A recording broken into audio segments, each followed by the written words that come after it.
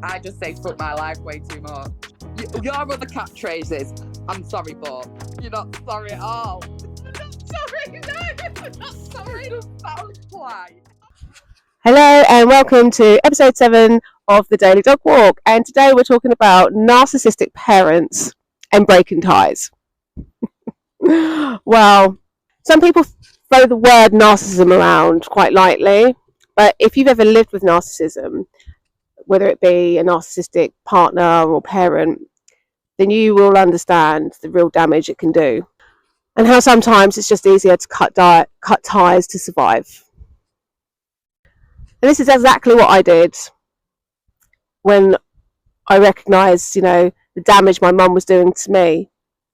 Now, when I was a lot younger, my mum was physically abusive with me, and that started from a very, very early age. Now, back in the 90s, in the 80s, and before then, discipline was rife. Everybody was disciplining their child. So, in some people's stories, getting the bell, getting a slap, being put in the corner, all that stuff is quite normal, whether we say it's right or wrong, it's a generational thing, it was quite normal. But for my mother, she took it to the extreme, and, she took it to, she was extreme. She was extreme with her belt, with the belt. She was extreme, put me in the corner like for all day, sending me to bed with no tea. But for her reasons were petty and extreme. She was cruel. And, it was really hard for me to navigate that, especially when I'd see other people, I'd go to other people's houses and I'd see them doing things that were really trivial, and it was just their parents had treated it like it was nothing. And I was getting, beaten very badly for some of the things, for some of those trivial things, and so that was really hard. And one of the biggest holidays that I hate. One of the biggest holidays I hate is Mother's Day. I fucking can't stand Mother's Day. I hate it. I absolutely hate it, because there's this misconception that if you're a mother, that you're automatically good. And my mum wasn't. She wasn't good. She wasn't a nice person. So just because you're a mother doesn't mean you're maternal. It doesn't mean you're good. And I would have people in the past, say things to me, like when I'd make people who didn't know the whole situation, or they just met me, and if I made a flippant comment about my mum, not liking my mum or not getting my mum anything, I'd have people say, "She's still your mum." God, I cannot stand that ignorance around that. She's still your mum. I really cannot, because especially for me, I was the one that always instigated a relationship with my mother. I was always the one that forgave my mother, and people who were close to it could always thought I was crazy, and they were like, why? And in the end, I was the problem, because I kept instigating that relationship. I kept thinking, definition of madness, isn't it? Keep doing the same thing and expecting a different result, and that's what I kept doing over and over again, opening up, hoping she will love me, she'll change. But the problem was that although, when I was younger and I was small and she had excuses all the time, because I was not naughty, but I was a normal kid, I'd make mistakes. And she used those mistakes against me. She used those mistakes, to beat me up, to use me as a punching bag. I didn't learn from those mistakes. I learned from others around me, the important life lessons, the stuff that, because I was scared to ever ask my mum anything, because if I didn't know something, she'd beat me up. She'd smack me in my face. She'd put the belt on me, and she'd go excessively on me. So I learned all my proper life lessons by watching other people, by observing, by asking other people questions that I trusted, because I couldn't ask my mum. Do you know what my mum used to call me all the time? Stupid. So I was got, and then she'd hit me. So, well, how do you come? You don't know that? Why don't you know? Because I'm a fucking kid. Of course I don't know, So that's how, I had to deal with my mother growing up. Not to say anything, or I had to know. So I hate Mother's Day. Everyone's celebrating their mother. And I tried to celebrate my mum. I tried to forgive her. I tried to give her the chance to be that mother growing up.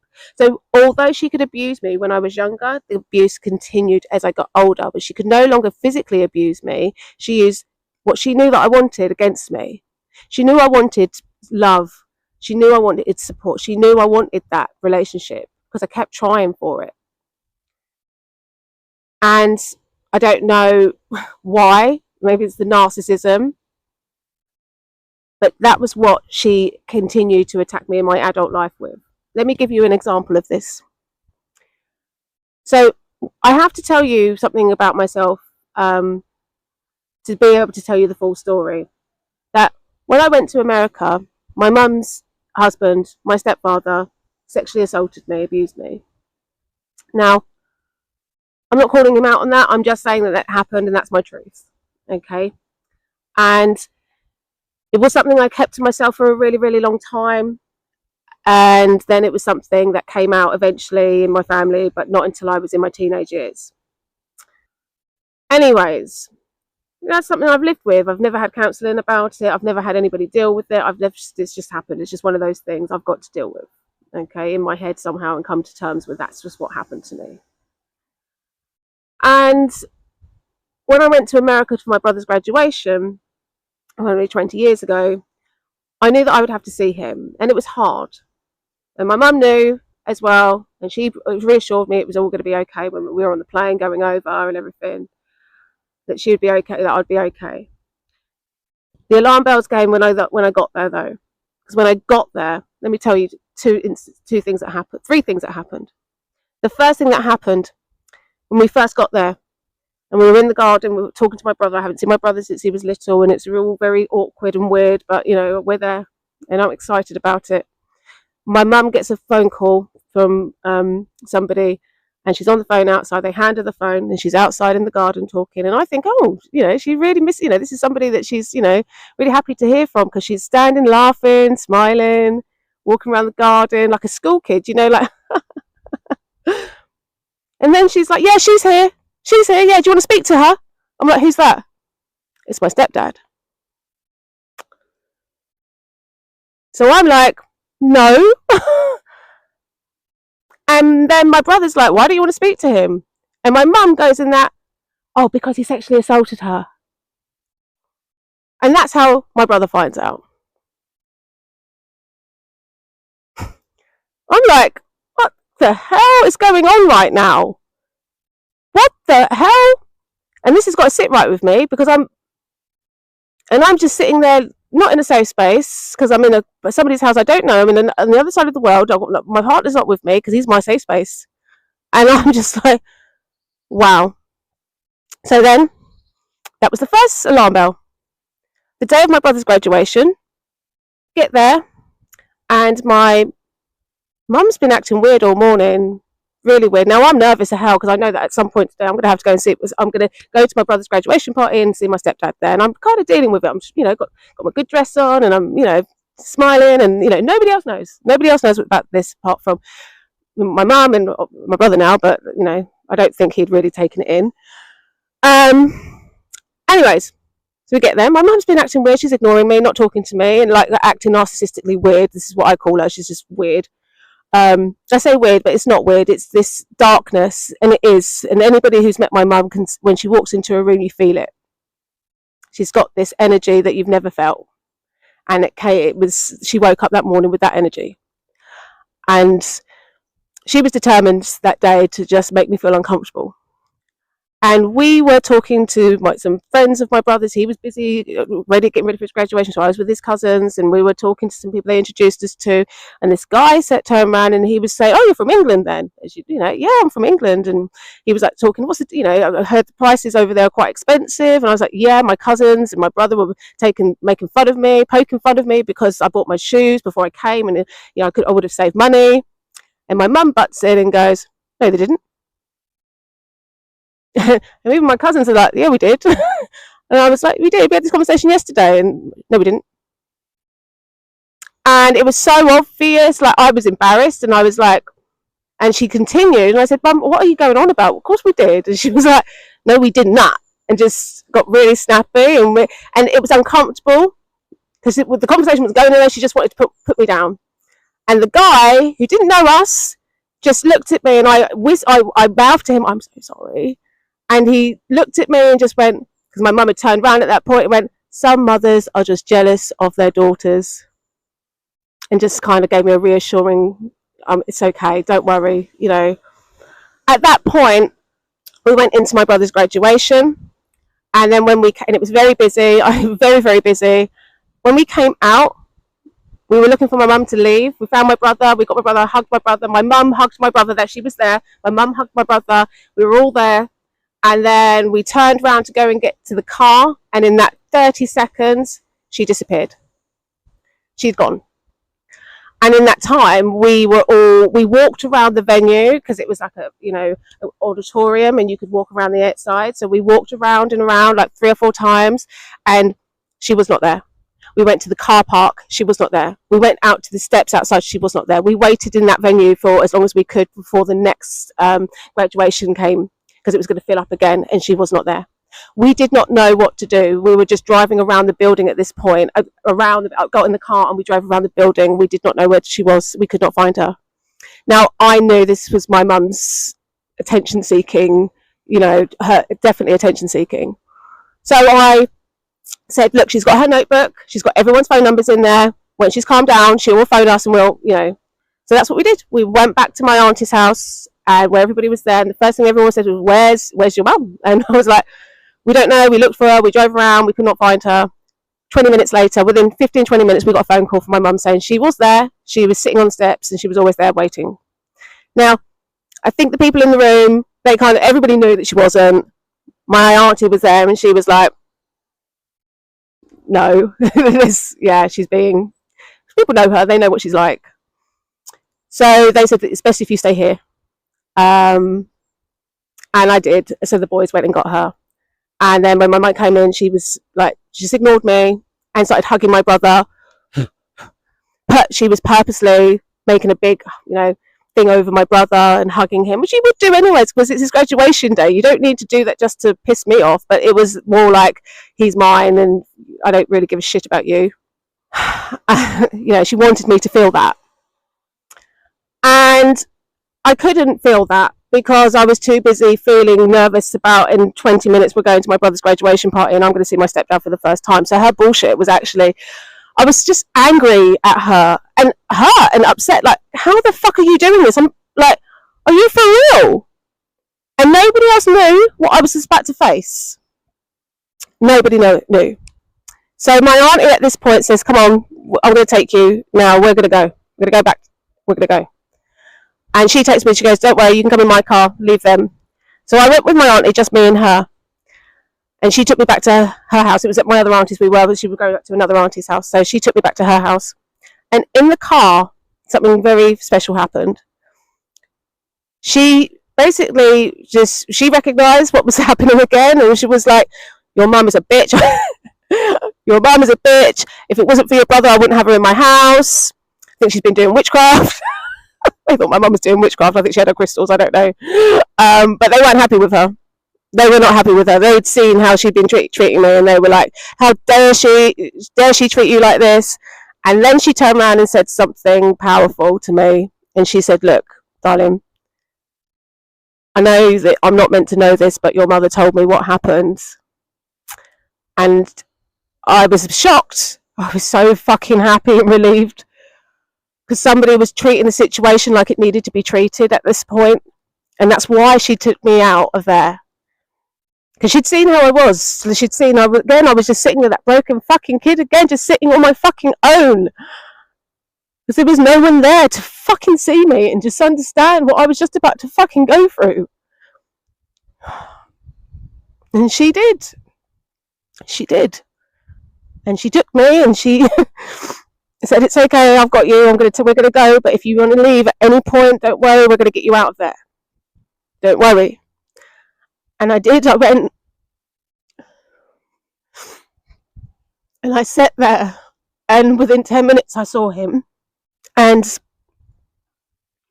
she did what she said she was going to do. I didn't have to say anything. I couldn't even hold a cup to my fucking face without shaking. I was shaking like this. And she just came straight over and she got her son to get me the hell out of Dodge. get her out of here. And I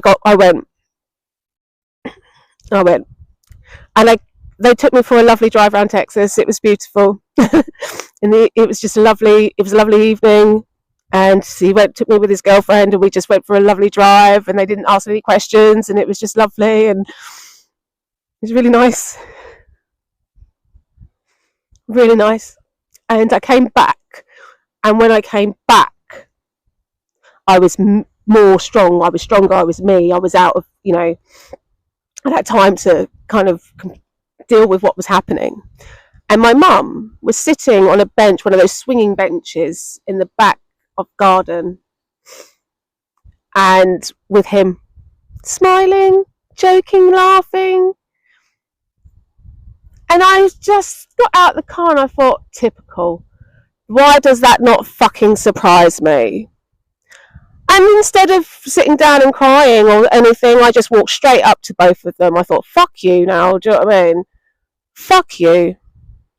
And then she was all nice and apologised to me, and I just gave him the filthiest look, looked him upside down, and then just started talking to my mum. I can't remember the ins and outs of that conversation, but I know that she got in there first and she was a little bit happy, smiling, and she apologised. It wasn't properly. It wasn't like, let's go and sit down, I'm really sorry, like, you'd expected to. It was her kind of apology about, sorry about earlier. Yeah, I was just in a bad mood. Do you know what I mean? And that was it. And I was like, oh, what's this then? Oh, well, I don't want to bring it up now. Do you know what I mean? Okay. And I just walked off. But this reinforces the abandonment issues I have. Like, I hear people all the time, if somebody did that to my child, I'd kill them. Well, if somebody did it to my mum's child, she'd sit down and have drinks with them. So that just tells me that what is that? That's what's reinforcing that I'm not enough. That I'm not loved. And I feel like she does that on purpose to punish me.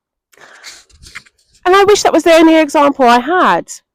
But again, I kept her in my life. I still kept her trying to understand. And I'm sure there was a period, we didn't talk after that for a very long time. There was other things that happened on that trip to America, which I won't go into now, but we didn't talk for a very long time after that. But again, I still invited her back into my life again. And the second time, the nail in the coffin, and there's probably many more times, but this is the second time in the nail in the coffin that sits with me, and this affects my family, is after the birth of my second child. The birth of my second child, my mum still found a way to make it about her. I'd had a really hard time with conceiving my second child. I'd had a miscarriage. It was tough. And me and my mum did have a relationship, but she wasn't ever going to be the mother that I wanted her to be. So there was no empathy there for me. But my auntie, her best friend's sister, my black family, surrogate family, well, my auntie there, she was there for me. And she would have my oldest daughter so that I could, have some time to myself to deal with my pain after my miscarriage. She was really there for me, and she really made an effort. And my mum hated this. She hated it. She always would call me and complain and ask me, has Laura been round? And then just want to complain about it. Or it was very clear she was jealous. But she didn't want to give me the support in place of her. I would say, well, you can come round and pick up my daughter and take her to the park. That would really be nice for you two. And it would also give me a break. But she'd never do it. But she'd complain if somebody else did it for me. And this was happening for a really long, this was happening more frequently and frequently towards the end of our relationship. And when I was pregnant, I'd broken my ribs. I had fractured my ribs. So, my delivery, I was really worried about my delivery. And, she knew all of this, and she gave me no support and help. And again, I didn't really, I did ask for it though. This is why I'm annoyed, because, I hadn't started to learn to ask for help at this point. And she'd make excuses not to help me. she had to work, or she, had to do overtime, or,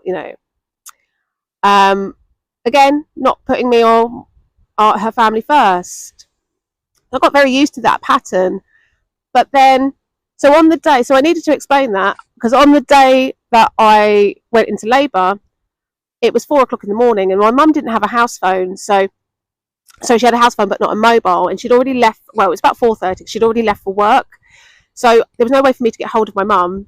So, and also she was so far away, she wouldn't have got there to me in time to look after my daughter for me to get to the hospital, because I literally was, my baby came very, very quickly. So I called a friend who was just around the corner, and then I called my auntie, because my friend around the corner she'd only be there for about an hour because she had to go to rugby. So my auntie said, I'll be there, I'll come. And my mum didn't finish work until like that afternoon. So that was the only time I was going to get hold of my mum, when she finished work at I think 12:30. So there's me in labour. This is my thought process the whole time, knowing that my mum's going to be really fucked off because I've had to get my Auntie Laura to come to get my daughter. But needs must, she'll understand, won't she? So I left a message on my mum's answer machine and went into hospital that morning. I think we got there at 6:00 by the time we sorted everything out. And then I literally gave birth 20 minutes later. It was very, very quick. And then I called my mum that afternoon. As soon as I couldn't wait for her to finish work, and I knew she got home about 12:30. So there I was on the phone, 12:30. And I called my mum, and the first thing she said was, "Where is my oldest daughter?" And I knew I had to tell her. And when I told her, she was, I suppose everybody knows, apart from me, it was all about her. And I was like, no, they don't. I've told, no one's put anything on Facebook, or no one's, but you weren't around. And she would not listen to the fact that she was not around and the actual circumstances. All she cared about was herself, that she wasn't there looking after Jessie, even though she never looked after Jessie, and Jessie didn't even really want to be around her because she just wasn't in her life really, because she was always working. She wasn't building those relationships up. Like she just thought that she was entitled to being a grandma without actually doing any work. So she'd complain if my oldest daughter didn't cuddle her, and I'd be like, well, she doesn't know you. She doesn't like you, but she doesn't know you. Of course she's not going to cuddle you. It was constant. So I knew that this was going to be a problem, but I thought she'd get over it. She didn't. She didn't get over it because she didn't get over it. She did not get over it. We went to Disney on Ice 5 days later. She just ignored me all day. Didn't even ask to hold the baby for the first time. Didn't give me any help while we were in London. She didn't help us at all. She just ignored me all day, made me feel really uncomfortable. You wouldn't even think we were together. The only reason we went is because she paid for the tickets. And then she came over to my house a week later to try and buy my daughter lots of things to make up for it, and then ignored me there the whole time. And that's when I told my daughter to go upstairs, and I said, no, I'm not having this. Sit down. We are going to talk this out. Why are you acting like a child? And I knew, and she goes, you know why? And I said, what? Because my Auntie Laura came and looked after, and that was the reason. And she'd never, because I said to my mum, you've never even held your granddaughter. And she said, well, why should I? And with that, I told her to leave. I told her to get out of my house and never come back. I have to say I haven't seen her since that day, but unfortunately, I can't boast that. But she just can't help herself. She can't help but make everything about herself. And I'm not willing. I'm not doing that, regardless of how much love that I want. Now, that was the nail in the coffin for me. That you couldn't even celebrate your grandchild, that you had to find a way to hate me then. I'd just given birth. What else am I supposed to do? And that was it. I just thought, I can't continue this cycle. So not for my beautiful babies. Nah, they deserve more than that. I ain't doing it. But, also growing up has also made me realise that, I don't think this is just narcissism. Again, you might seem like I'm making excuses for her, but I truly don't believe it's just narcissism. I think that my mum has got an undisclosed condition. I really do. But honestly, you know, it doesn't change anything. It doesn't change, even if she has, it doesn't change the impact that her behaviour has had on me as an individual. It hasn't. And she, you know, I'm not being overly dramatic. You know, I'm not. Because this is my life. This is what I've had to deal with. It's not normal behaviour. But cutting ties wasn't about revenge or bitterness. It was about protection. It really was. And it was about choosing a different path for me and my family. You know, me and Caroline, we talk about narcissism. You know, we've been talking about narcissism. Now, I've spoken to a lot of people regarding narcissistic behaviour, and we have a lot of, unfortunately, it's you know, it's not an isolated incident. You know, and we've all got a little bit of narcissism in us. We have to a certain degree, but it's when it damages other people, and I mean, you manipulate other people, and it, you know, to the point like that you're purposely breaking them. Like, it's really weird, like talking about narcissist parents. And I think I have to say this, because I think throughout the other podcasts, and I've also mentioned it before, is I think my mum being a narcissist is a small part of what my mum is. I do think I can't actually give her solely the label of a narcissistic parent, okay? Because I do feel there's underlying traits there that make her a narcissist. Do you see what I mean? I think that's a byproduct of her other deal. What other things she's got? Out of her way to be cruel. Yeah. She went out of her way to be cruel, right? And she continued to do it. And she continued to take you out of safer environments. Yes. You know, to for whatever her own need was. Yes. When you were happy and safe, she removed you from that and made you unhappy and unsafe. And she repeated that by basically being like, I'm a mum. Whenever she felt like it, I'm a mum. I'm her mum, and I'm going to do whatever I want, even though I've done this and I've already hurt everybody and I've already caused loads of problems and I've already had loads of people looking after her already, but fuck it. Yeah. You know, I mean, I want her. She's my kid. And I've put the label narcissist on her. That's the label that I've given her. Yeah, because you have experience with it. I've grown up understanding, you know, what those traits mean in the world. And they are the traits of a narcissist. But as I said, I don't believe that she's full narcissist. I think she's a full narcissist, but based on, you know, because of her other problems that she's got going on, whether that be autism, whether that be, you know, any other part of the spectrum, you know. But it doesn't give her a free pass, right? Regardless, you know, of what she's got going on.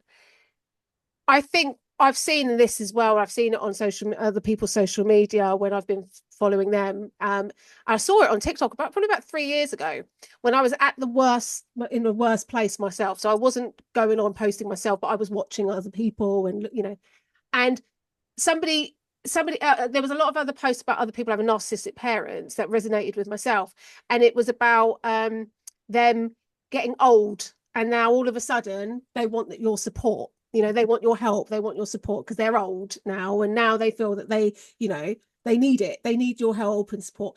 And people were saying this has happened to them, and you know, some people, there were mixed minds. Some people had helped their parents, some people hadn't. You know, some people still had bad stories about it, and it happened to me. And now I've mentioned this on the podcast previously, and I'm strong believer in go fuck yourself, and I'm a strong believer in that, because you know, you've had all of your fucking life to be a good person. Just because you're old now doesn't automatically give you, you know, a green flag. Do you know what I mean? To be a good, do you know what I'm saying? To get all you don't feel any better because they're still avoiding accountability, but they're just old now. Yeah, so now I'm nice. I'm going to be old, and now I'm going to start being nice, and now I'm going to say sorry. Now, you know, you're supposed to help me. You're supposed to support me. No, Now, the The difference thing is, the parents that get that are the parents that also did the right thing when them kids were little, looked after them every day. exactly, and Didn't this is pass them from pillar to post, didn't ship them across the world and then send them back on their own. yeah, Didn't continue to take them out of safe environments just so they could get council house. yeah, Do you know what I mean? So, you know, you should, you know, if, for example, with your mum, if your mum wants you to treat her as an old person, how she treated you as a young person, then she's in for shock. yeah. Let's go for it. Let's do that. You imagine just bouncing around different old people's homes, been Yeah, like, you're happy here, around. we're moving, Yeah, we're and moving. slap get her me one shit, day. yeah. Slap her one day. Be nice to her another day. Do you know what I mean? When someone's watching, and then punch her Yeah, another. exactly. And do you know what I mean? What would happen if you did that? Exactly. What would? I'd be arrested, wouldn't I? Like, 'cause, like, Yeah, exactly. So where was that rest? Do you know what I mean? There's Yeah. still hardly, you know, so many people don't get criminally prosecuted for like smacking the kids like that. no, Do you know what I mean? But if you did it to an adult or an older person, you know, she wants smacking you to discipline you. That one to slap across the ass because you've been told 25 times the same fucking thing and you still chose to do it. exactly. That one, that. It wasn't that. Exactly. That one, that. Oh, that one is Yeah. that one like a punishment for discipline or however you want to call it. She did it because she wanted to. She slapped you around because she could. Yeah. Because she chose to, not because you was in trouble and you was causing drama and you had your ass slapped. And now we're old.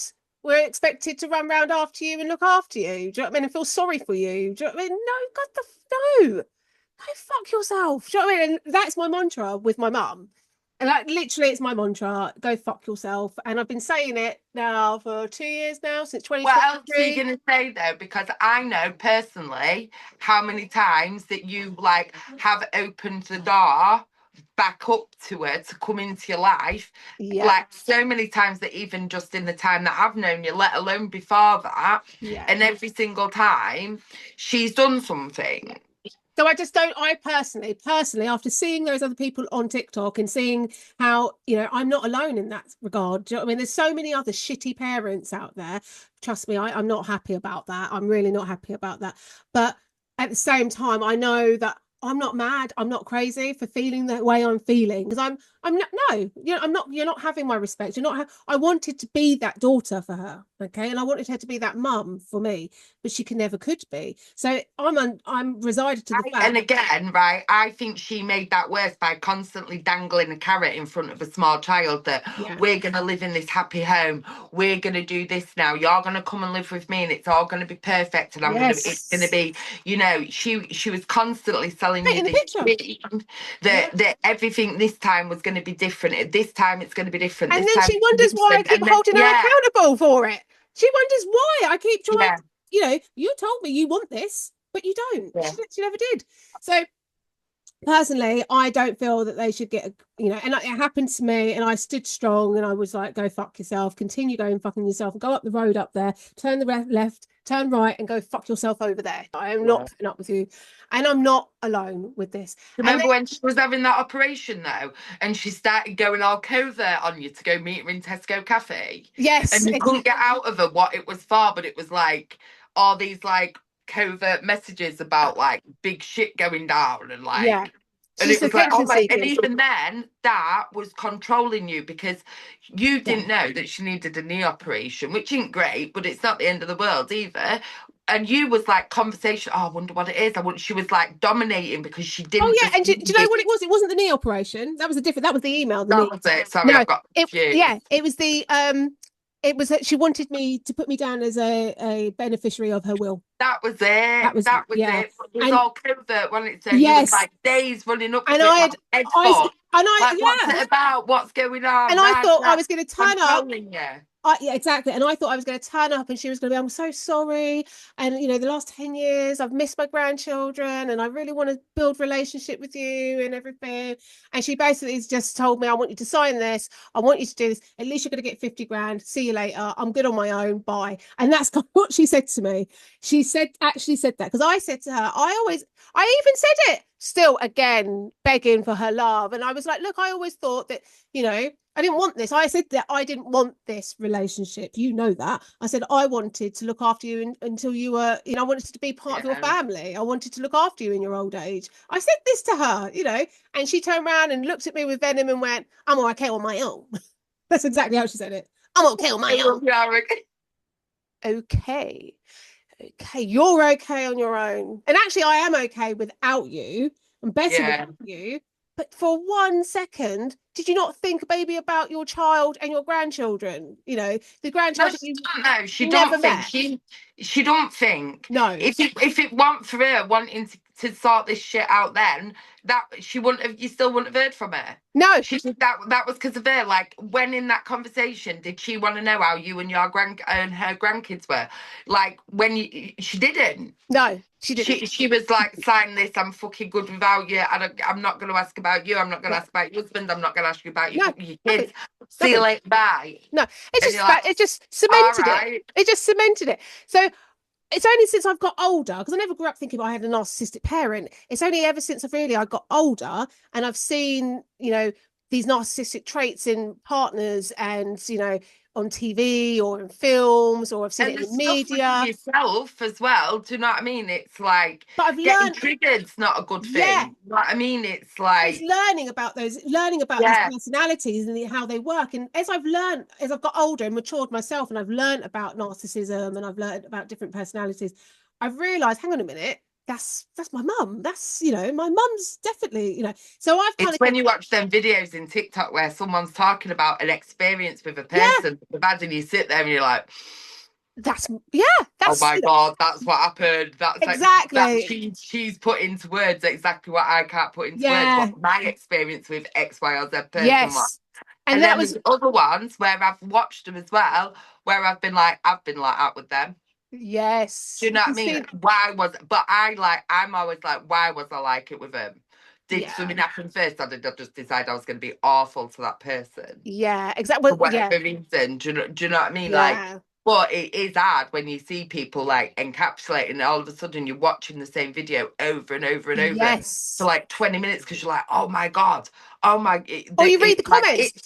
You start going through the comments, and then you start realizing how I could have written that. I could have written that. I could have written that. Yes, and you realize how common things are. That's my comment. My comment.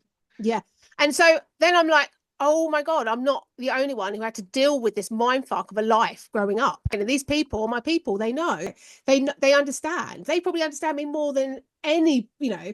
There's a whole group of us that were parented, but we weren't parented. We weren't. That's the whole point. We had to bring ourselves up because they were just not there. They weren't. They were there for themselves and serving themselves only. And they're still serving themselves now and to this day, you know. And I recognize those narcissistic behaviors. Did you watch that show on Netflix? No, I've not sat down and watched it, but I've watched enough of it, of other people's videos to know. Yes, you've seen many of the ins and outs of it. So for context, I don't have Netflix at the minute. That's all. So for context, well, I couldn't remember what it's called. Yeah, so it's called The Unknown Number, and I think it's the high school catfisher, or high school catfish, basically. And I already knew who the catfish was because I saw it on social media before I watched the program. And I don't mind spoilers, but when I saw on social media, because I was flicking through and it said, I can't believe it was the mum, and I was like, oh, I can. That was the first thing I thought is I can. So I thought, I've got to watch this. And this is what I do. Like, if I hear that there's a mum like who's done something absolutely horrendous, or she, you know, you've got to understand it, haven't you? You've got to try and understand why they do what they've done and how. Yeah, I have to watch it because there's a part of me that's like, it's so relatable to me, because in the world, everyone's like, mothers are holier than thou, and mothers are so amazing.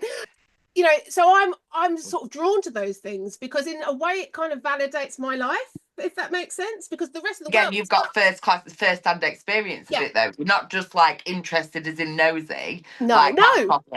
You've got like much more reason to like dig a little bit deeper into this stuff, because it's like, why do they do it? Be that bad? Why would someone do it? What goes on in someone's head to make me to think that that's all right, not to do it to anyone but your kids? Yeah. And your also vulnerable teenage kid, like, wow. So, like, I watched it and I listened to the comments, and the comments were trying to blame the girl, and the comments were saying the girl was in it, and that it was the mum who took the fall for the girl and everything. So I was like, okay, let me watch this and see if that's what I think. And no, I don't think that was the case. After watching it, no.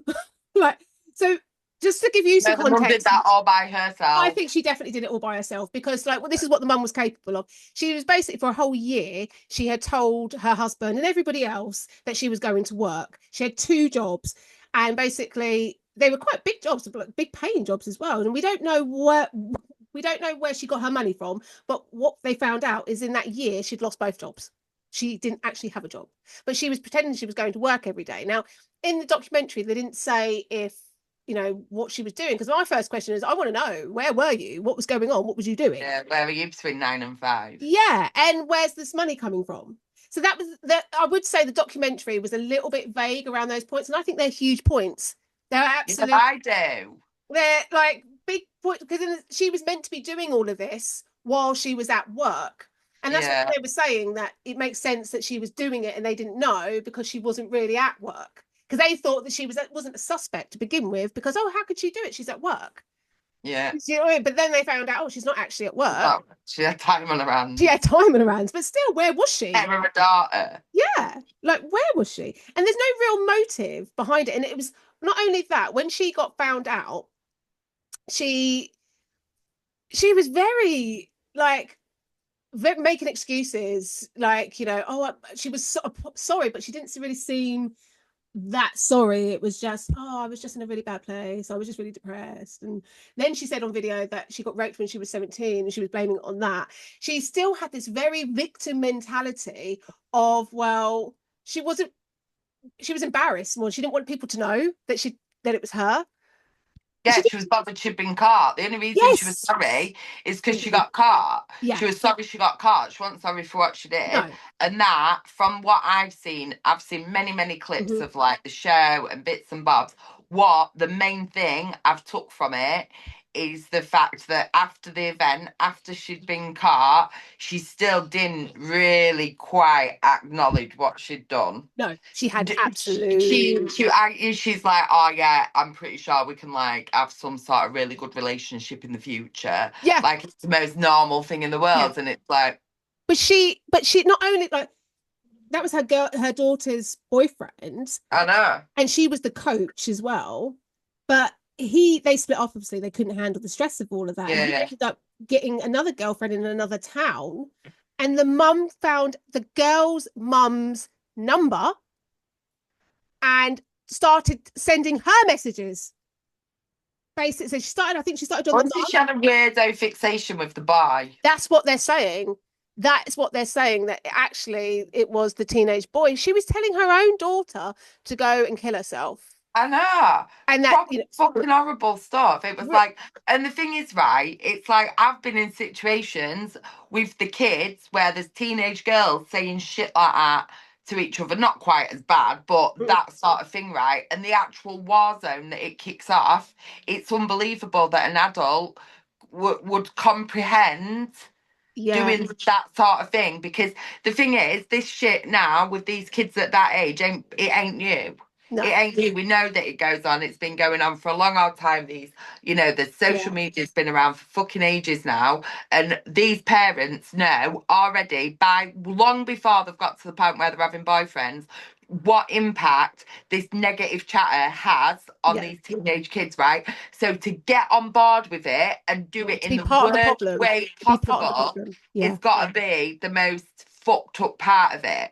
I mean, and the thing is, the reason why I wanted to bring this up is because the girl herself, there was a lot of criticism around the teenage girl, because one, she still wants a relationship with her parent. They thought the way she reacted was weird, because she wasn't very emotional through it all. I mean, she didn't react how they would react, how they thought that they would react. Yeah. You don't know how you're going to react. You don't know. No, at the end of the day, she's been, like, pouring her heart out to this woman as well, like, scared, all this fucking shit. Yeah, she's what an unbelievable, I guess. What an unbelievable situation to be in. Because you wouldn't, but even my mum, if somebody told me my mum, I actually for a second would not believe you. I know you're a bitch, but really, what Really? you would You'd be do that? You'd do that? Like what? Like it's unbelievable. Even for my mum, the caliber of a person my mum is, The higher caliber. it's like it's bad. It's like wow, you know. So I think, and personally, this is what another thing I was going to say, and how link it really to my own trauma as well, because I kept going back to my mum. I wanted a relationship with my mum, and my mum did a lot worse than what that mum did. I mean, what she did was terrible, but you know, my mum was horrible, you know, physically abusive in the worst way. And you know, I still kept wanting a relationship with my mum. I still went back to live with my mum. I still, you know, that's the definition of insanity, though. It's that like expecting a repeating different the same outcome. behaviour and expecting a different outcome. It's Yeah. like continuing to return to an empty well and expecting every time that there's Exactly. going to be water in it. But one, Do you know what I mean? That's human nature. It is, but it's different when you're for a child. This is what I was, you know, for a child, and that's their mum. It's so fucking normal. It's like it's so that pull. It doesn't matter what they could do. Yeah. It's Because you're just seeking it, aren't you, all the time? Yeah. You're seeking that bit that they're constantly showing you that they're not going to give you it, but it doesn't stop you being like, I want it. Exactly. I want it. So I want it like everyone else has got it. Why can't I have that's it? what I saw. I saw that in this young girl. I Yeah. saw that she just wanted a relationship with her mother. And she did right until the very end. And people think she's crazy, you know, or people think, you know, oh, do you know, I felt no one knows what they do. No, they don't. No one knows. No, I understood her. I understood her. I absolutely understood her. And I thought, you know, you probably hate yourself some days for thinking it and for wanting it still. But actually, you know, she's your mom. It doesn't matter really what she's and the done. parenting bit as well. It's like, as parents, you have to make decisions, right? And you have to do shit that you know your kids aren't going to like, right? And they're going to fucking hate you for a period of time for it, but it's got to be done for whatever reason. It's got to be done, right? But that's different to going out of your way to break your child like she did, or like your mum did. Yeah, exactly. Holding a kid accountable for shitty behaviour and then being pissed off with you because you've held them accountable for their shitty behaviour, right? Society doesn't understand. Yeah. Society doesn't understand, and they've kind of behind guilt with us. Like, you know, they were trying to look at her for being, you know, it's her fault in some way. Do you know what I mean? They were looking at her because she had that love for her mum. Yeah, but she's just a victim of her mum. Yeah, but they were looking at her for her being guilty of something. Yeah, and at the end of the day, it's like you can't call her a teenager. You can't make it worse because they make the whole situation worse because she's a vulnerable young teenager, and then blame her or get mad at her because she's not made a decision that you would make as a 60-year-old woman or a 45-year-old bloke or a 40-year-old woman. She's a fucking child who's literally just been through bare drama.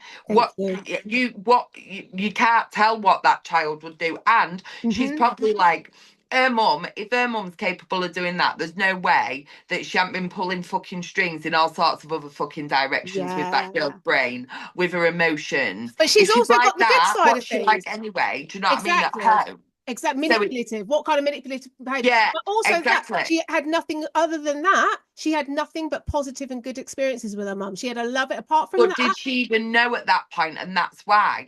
Is it going to take for her to get a lot older to be like, actually, when she did that, that was shit behaviour. When she did that, but she doesn't realise it now because she's been relying on her mum for emotional support so much because of this big trauma that she's got going on in the background that she's still not identified it. I would, do you know what I mean? Your mum wasn't even covert, and this is the difference between your mum and some mums or some people. That woman was covert. Your mum, 90% of the time, she's like fucking smashing you about in the middle of the street. Don't give a fuck who sees. Don't give a fuck who hears. Don't give a fuck who she tells she don't want you. Yeah, absolutely. Do you know what I mean? So your experience in that way is that your mum's almost like happy to tell the world what she's done. She was happy to show the world while she was doing it. She was happy to just be like, oh, right, well, I'll just fuck off back to America then. You look after her. Yeah. Do you know what I mean? Whereas this mum's like, but I'm the sweetest, nicest mum ever behind closed doors. Yeah. And it's like, well, not really, because you sent them text messages behind closed doors. If you're capable of doing that, what else have you been up to? Exactly. But she ain't going to look at that until she gets a lot older. Yeah. Or she gets in a situation where she inadvertently starts experiencing some of that other behaviour and been like, actually, this ain't right. I've felt like this Yes. before. I think the dad did a really good thing, because the dad basically said, get out. He said that on that day when she got found out, the Yeah. police was there, and then he literally, he had to come back, and that's when the police told him everything. He didn't know, you know, about the work, the job. They told him everything right there. All right, watch it. You need to watch it. And he did the right thing. Like, he literally was like, I want her out. You need to get your parents to come and get you. I need you to pack your stuff. I need you to leave right now. Yeah, get out. And you're leaving your daughter here, leave her here. You know, you're not taking her. Do you know what I mean? You just need to go. All right. And we'll deal with everything out afterwards. Do you know what I mean? But you too, you don't need to be around her right now. Yeah. And he was so calm, and he was angry. You could see he was processing and he was angry, but he made the right decision in that time. And then I was like, I was hoping, like, you know, when they say, oh, later on, you know, I was hoping that he hadn't taken her back, and, you know, it was all happy family, you know, and it wasn't. A year later, you saw that, you know, them two got, him and his daughter got really close. Mum was somewhere in a room talking to the camera, saying that she hadn't seen her daughter for over a year, but, you know, they speak periodically. And I thought, that's how it should be. Really, you need to sort yourself out and actually be honest with yourself about why you did what you did, because until you do that, you can't parent. You cannot be a parent. That's what I don't think she still quite really understands what she's doing. Why? Do you know what I mean? She doesn't. Because if she did, she'd already be starting to build bridges. She'd be trying to build bridges, and she'd be saying, the reason I don't see her is because I did this, right? Not like, oh, it's a shit situation, but here we are. Yeah, and because I was raped, you know, and now 17, she's dead close to her dad, and, you know, dad's probably manipulating her, and, you know, I just don't really know what's going on now. And it's like, no, because you still won't accept what you've done wrong. Yeah, yeah. And to be fair, really, I think she just needs to put a line under the parenting thing. That different kind of relationship. I'd admit she made mistakes.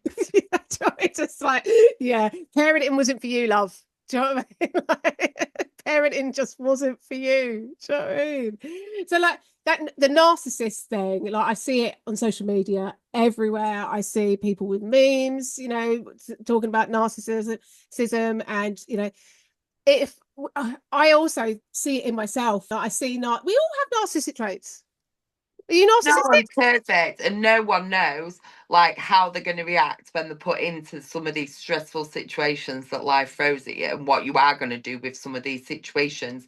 But I think the difference comes with it, again, like I said, if you're out there making a choice to be a horrible person or do this, knowing damn fine it's going to hurt someone, that is one thing. But making mistakes in life and making mistakes in, like, with the parenting thing, like, people forget when you're a parent, this is your first time living as well. Yeah, it's like you've been alive a whole 20 fucking 1 years or 22 years off, whatever it is, and all of a sudden you've got to be the fucking higher priestess to bring someone else up. It's like, Jesus Christ, I struggled to get this far myself. do you know what I mean? And then all of a sudden you're meant to have all the answers. Yeah. Do you know what I mean? And then before you know it, you're like thinking, Jesus Christ, I remember going to my dad at 17, having like a money problem, and then expecting him to like pull a few £100 out of his ass for me. I would never be able to do that as a parent. And then there you are, when you've got an 18-year-old needs £1,000 for this, for the car, and there you are just pulling this money out of fucking thin air all of a sudden. And it's like, you know, it is so difficult because every kid's different, every household's different. No one comes with a blueprint. Do you know what I mean? And you have to, no one knows how they're going to deal with some of these situations or how they're going to behave in certain situations. But you can make a choice to not actually physically go out of your way to systematically destroy the person who's clinging on to you for love and support. Yeah. Like, my I personally, I don't know. I've cut ties now with my mum. Again, you know, I feel okay. I'm really happy with that, because that decision, because I've got children who are still quite young, and it's protecting them. So I don't feel bad about my decision at all for cutting those ties. I don't even think you should I don't even think you need to explain, right? Because she did enough to explain for everybody. Yeah, all her life. Do you know what I mean? Yeah, exactly. Her actions, their actions. It's not really about, oh, well, I've decided to cut my mum off. It's like, your mum cut herself off. Yeah, you're right. Absolutely, you're Mum right. cuts herself Yeah. off. You don't have to sit there being like, yeah, you know, well, I've got to this certain age, and you don't have to explain it because she did what she did. Yeah. Yeah. By choice. She could have not done that. She could have left you with family that were loving you and keeping you safe and giving you a really beautiful little childhood. But no. No. Do you know what I mean? And she repeated it, and every time it suited her. Yeah. And she's mean, and then she wasn't, even if she was trying, she was like mean. Yeah, she was mean. She was mean. But you know, it's those traits as well that, you know, I see those traits within in me. Sometimes I see narcissistic traits within myself, my children, and everything. But you know, the part of me is like understanding what's healthy and what's healthy boundaries with it. Does that make sense? The problem with the boundaries, because your boundaries are your boundaries, right? And people can not like your boundaries and then call you names because they don't like your boundaries.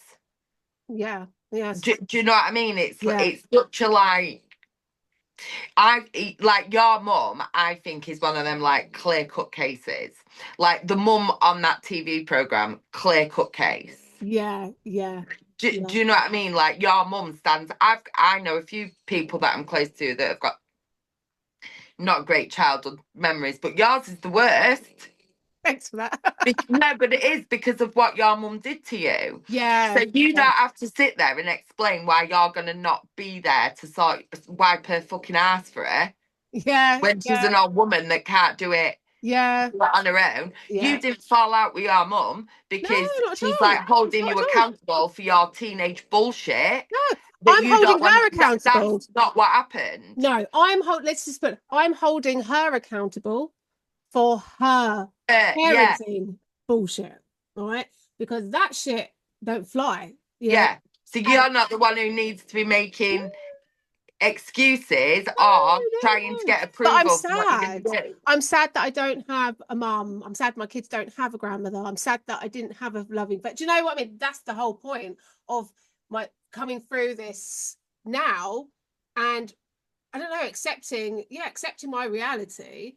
And the whole point of the podcast, as we keep saying, is the recognizing those traumas and understanding that it's not okay. Do you know what I mean? It wasn't okay. No, it wasn't okay. It weren't okay. And even because I pretended it was for a really long time. Do you know what I mean? Until I had the perimenopause. And that's when I was like, actually, I do fucking care. This matters. It fucking does matter. That's what I did with my husband just one day. And I'm fucking angry about it. I am dealing with you no more. Yeah, thank you. And I'm fucking angry about it. As soon as perimenopause hit, the people pleaser, the woman that was, working that's all the the first time, hormone that starts to die. Trying to please everybody, trying to overcompensate. Do you know what I mean? No, she disappeared. Yeah, I know. God for that. Do you know what I mean? Thank God for that. I'm having loads more fun. Yeah. Like, what the fuck was wrong with me? And this is why I keep saying I found my voice now. I mean, and I don't care if I see that behaviour on a day-to-day basis. I'll pull you up on it because and now I recognise those traits. I see it everywhere, all the time. I see it everywhere. Do you know what I mean? I see it in politicians. I see it at work. Doctors. I see it in doctors. I see it in doctors, and I see it in people that fucking run the NHS. I see it in people that are meant to protect you. Yes. Right? All the time. I see it in that letter from that complaint I made to the NHS, right? I've got to fucking bring it up. Because that reply I put through ChatGPT and a couple of other AIs, and it had about 50 examples of basic pure narcissistic traits. So manipulation, blame shifting, coercion, downplaying, this, that, and the other. So I asked ChatGPT to do a psychological profile of the person that wrote that report, and it didn't make good reading. It didn't make good reading for someone that is paid by the British public, by the taxpayer, to look after their best interest and to liaise with through the hospital about your complaints. I think our listeners might want to hear that, and I think we need to have a whole episode where we're looking just at the NHS and your experiences and that letter and the ChatGPT response. Let's do it. Let's do it. Right, guys, we're not going to do it next episode, but it is coming. We planned it. We've talked My about it war before. with the NHS. Yeah. Let's talk about Haz's fight for the NHS, because That I'm losing because I can't go up against fucking psychopaths. Yeah, and that's what it's all about. Do you know what I mean? It's the gaslighting and the medical. It's the biggest crazy. Yeah, absolutely. The medical gaslighting is absolutely, it's for real. If I could get face to face with them, they'd fucking know who's the real crazy around here, because I've had enough. Yeah. Do you know what I mean? I've literally 11 years of their bullshit. I've had enough. But you can't get a fucking sit down with none of them. No, well, recently I had to force my way in. I bullied my way in, didn't I? Do you know what I mean? So yeah, 100% this needs to be talked about. So and it's like, at the end of the day, we're talking about narcissists. It doesn't matter where they are. We started this podcast with me saying that I got rid of every trigger that I know of. The only one that I can't get rid of is the NHS out of my life, because of something that they've done, keeping me permanently sick. Yeah, let's talk about it, because like I said, this was about narcissists and parenting, but at the end of the day, we recognize those narcissistic traits on our daily basis. And when I first 5 years ago, when I had my meltdown, when the meltdown started, when my breakdown started, I'll be honest, I had a relationship breakdown with my husband, and he's not, I've been with him for, how long have I been with him? 24 years, 20 years, No, longer than that, because Thomas is 21. Oh God, yeah. So 30 years nearly. 18. I was 18 when I got with him, so 28 years. 28 years. Wow, that's a really long time to be with someone, isn't it? It's a lifetime, isn't it? It's a lifetime. But we were together for 13 years before we got married, and then we got married, and we had babies, and and life just happens, doesn't it? And over time, he got very depressed, and he had some mental health struggles of his own, and he started to exhibit some of those traits, those narcissistic traits. And that was really sad, being able to watch the person that you love turn into a completely different person, and turn into somebody that you recognized before, where you've had negative experience. You see what I mean? I started to recognize my mum in him, and that was we had a really terrible time, but we dealt with it and we worked through it, and he came through the other side. But that was really hard, but it helped me to understand narcissism a little bit more, and I started going into groups, I started talking to other women, and I've started talking to yourself, and everyone's got an experience, everybody, but it's not reserved for parents, this narcissism. And that's another reason why I wanted to start the podcast, because I want to find my people. I want to find my people, the ones that are out there fighting for their lives every day against these narcissists, because you feel like you're going crazy. Mate, do you feel like, it's real, isn't it? You are the crazy one at the end. You are, because if you're not like that and you're dealing with that behaviour, right, your brain can't process it. So the podcast isn't just about me and my story. It's not. And I want to introduce you to others who have got similar stories, with people who have had similar experiences with narcissistic people, whether it be their parent or in a relationship. It's out there, and it needs to be spoke about more. When people hear about narcissistic behaviour, they often think it's probably just a little bit self-absorption. It really isn't. And it's the one thing that I see a lot of my mum's traits in me, okay, and I can be so this whole time I feel, because of I can't make excuses for it, but I feel the last 5 years I've been so self-centered and self-obsessed. I think I've had to be able to heal, but that makes me feel guilty, because I know how selfish and self-obsessed my mum is, and then I think, am I like her? So that punishes me a lot of the time, recognizing traits that my mum's got that that also sit within me as well, because that's the one thing I've always been scared of, turning into my mother. So I knew one day, after I cut ties with my mum, that one day she would probably be in touch again, because I this is the thing, I'd love my mum despite everything. I do you know what, it's really horrible being empathetic and nice. Because you can't hate people when it's just even when they deserve it. But I said to myself, you know, I always wanted to look after my mum in her old age, and I wanted to be part of the family, and I wanted to, you know, I wanted that community, and that I saw how my great grandparents were looked after by my nan, and I just wanted that. I wanted to be part of that. But I felt like I was kind of pushed out, so that's always been my thing. And so that's why I tried so hard to try to keep a relationship with my mum, because I wanted that family, you know. And I knew after I cut ties, obviously, I knew that was never going to happen after that, because she didn't deserve it. So I cut ties, and that was it. And I knew one day that she would have to come back to me, you know, because I thought, what happens when she is ill? What happens, you know, when she does get old? You know, what will happen? You know, how will I feel then? How will I feel then? More about me, actually. How will I feel? Will I just go, because I know what I'm like, will I just run to help her? Will I just try and support her? Will I, you know? And it happened. So no, you don't automatically get a free pass to all your bad shit just because you're old or you hurt yourself. It doesn't work like that. Like, wow. So what, we can do whatever the fuck we like in life, and then that's all right, we get a free pass when we're old? No. Act right, behave right now. Do you know what I mean? Treat people right now. Fucking narcissistic, stupid fucking attitudes. Do you know what I mean? Who the fuck do you think you are? So anyways, yeah, that happened. So, you know, I'm really happy. I'm really happy that I stood my ground, okay? And that actually, that was probably the first step in my healing process, actually realising that I could stick to my guns, right? And that I was, from now on, I didn't need her love. And I didn't want her love anymore, whatever love. It's not even love. Do you know what I mean? It's not even love.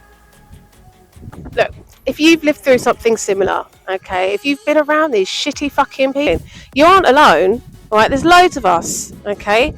And I see narcissism everywhere I fucking look these days. It's just fucking rife. But it's not right. And you shouldn't treat people. Just for your own, treat people like fucking shit just for your own fucking gains.